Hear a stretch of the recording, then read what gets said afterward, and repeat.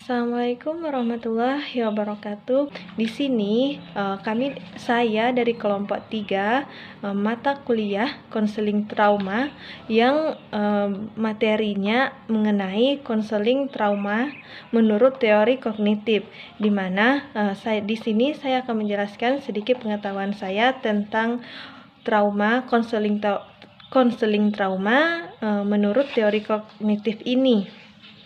Pada kesempatan kali ini, saya berfokus pada pendekatan CBT atau Cognitive Behavior Therapy, di mana teori CBT ini pada dasarnya meyakini bahwa pola pikiran manusia terbentuk melalui proses stimulus kognitif dan juga respon atau SKR, di mana SKR ini saling berkaitan dan membentuk jaringan SKR dalam otak manusia.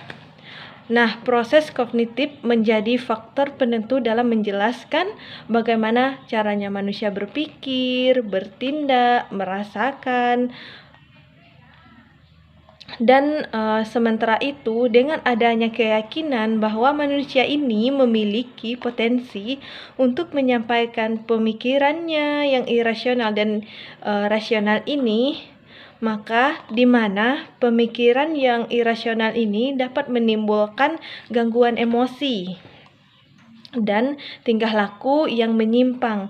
Maka di sini CBT atau Cognitive Behavior Therapy diarahkan pada memodifikasi atau merubah fungsi berpikir, merasakan, bertindak dengan menekankan pada peran otak dalam menganalisis, memutuskan, bertanya, bertindak, dan memutuskan kembali. Nah, dengan mengubah status pikiran dalam perasaan konseli ini, maka di sini CBT ini, terapi kognitif ini diharapkan dapat mengubah tingkah laku dari konseli itu, dari awalnya yang negatif maka akan berubah menjadi sikap yang positif, seperti itu. Proses terjadinya traumatik menurut teori kognitif. Dalam kasus traumatik, menurut pendekatan CBT, klien yang mengalami trauma dengan menunjukkan perilaku abnormal atau gejala-gejala traumatik yang ditandai seperti salah menuju atau mengenal seseorang, kebingungan, kurang perhatian, lambat atau tidak dapat mengambil keputusan, kurang atau terlalu siaga, kurang konsentrasi, mudah lupa, mudah curiga, kesulitan mengidentifikasi objek, tidak dapat memecahkan masalah, kurang mampu berpikir abstrak, lupa waktu atau tempat, sering mimpi buruk, dan sebagainya.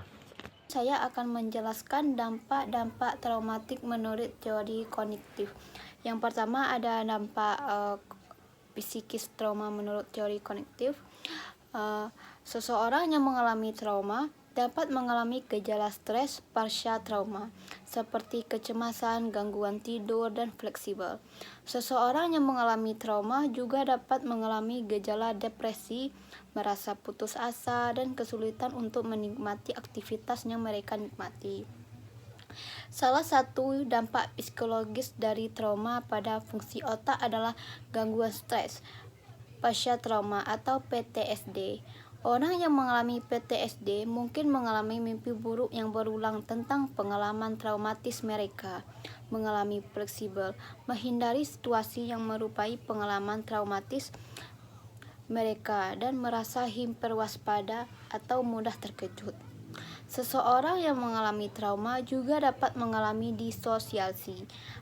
Disosiasi adalah kondisi di mana seseorang merasa terputus asa diri mereka sendiri atau dari kenyataan.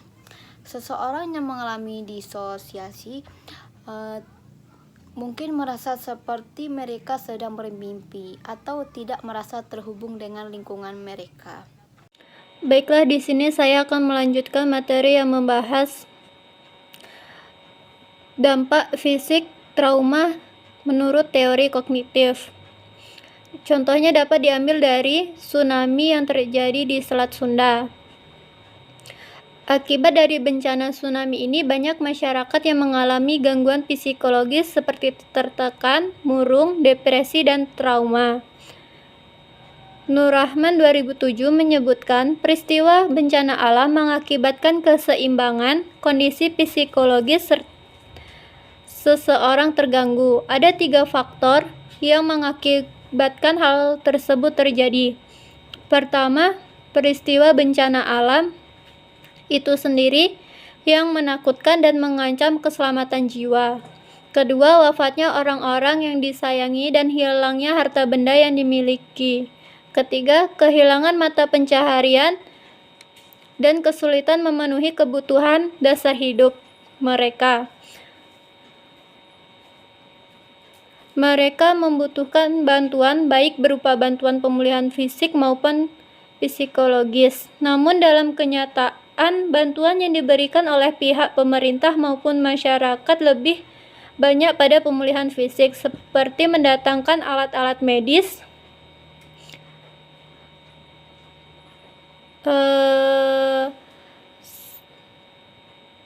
proses pembersihan, pengiriman alat-alat berat untuk evakuasi, dan sumbangan atau sembako, pakaian, bantuan perahu untuk pemulihan ekonomi nelayan, bantuan benih ikan untuk dibudidayakan, modal usaha, dan pelatihan perintisan usaha. Adapun dampak fisik pada trauma kognitif yang terjadi pada korban bencana alam yaitu 1. Kelelahan, 2. Gangguan tidur, 3. Mual, muntah dan pusing, 4. Sakit kepala, 5.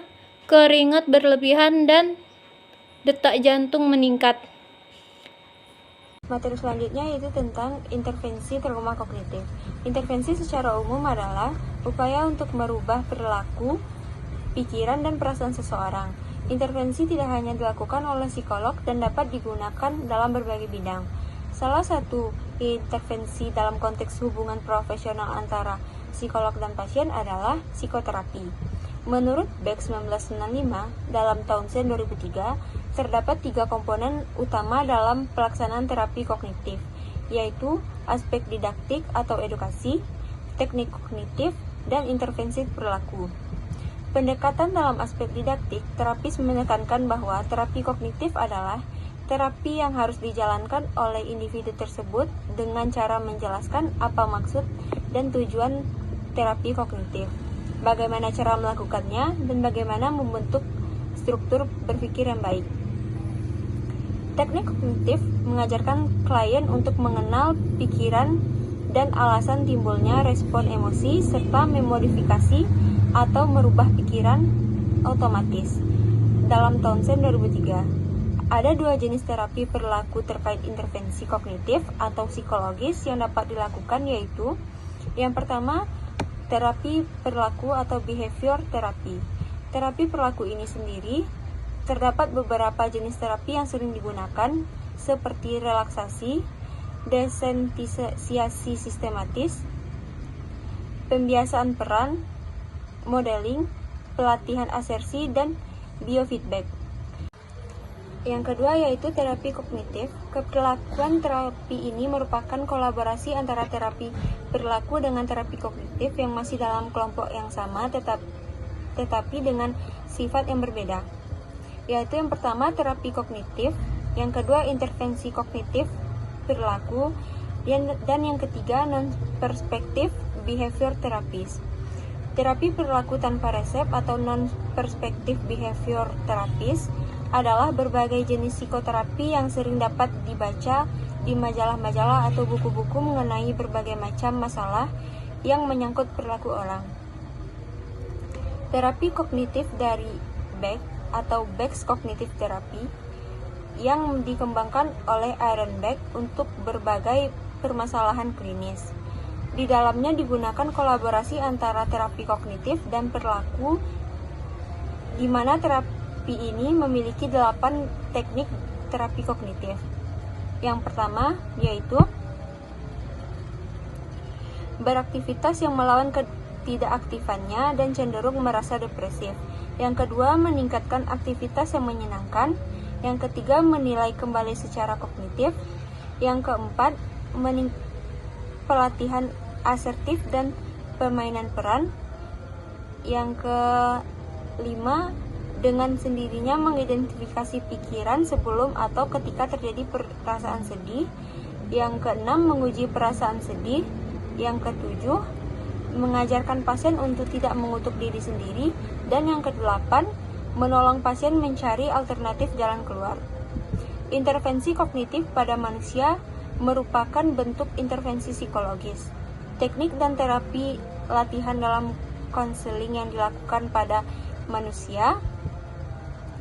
Intervensi kognitif berbeda dengan terapi kognitif. Intervensi kognitif lebih bersifat jangka pendek, sedangkan terapi kognitif bersifat jangka panjang dan terus-menerus. Menurut Bashar 2012.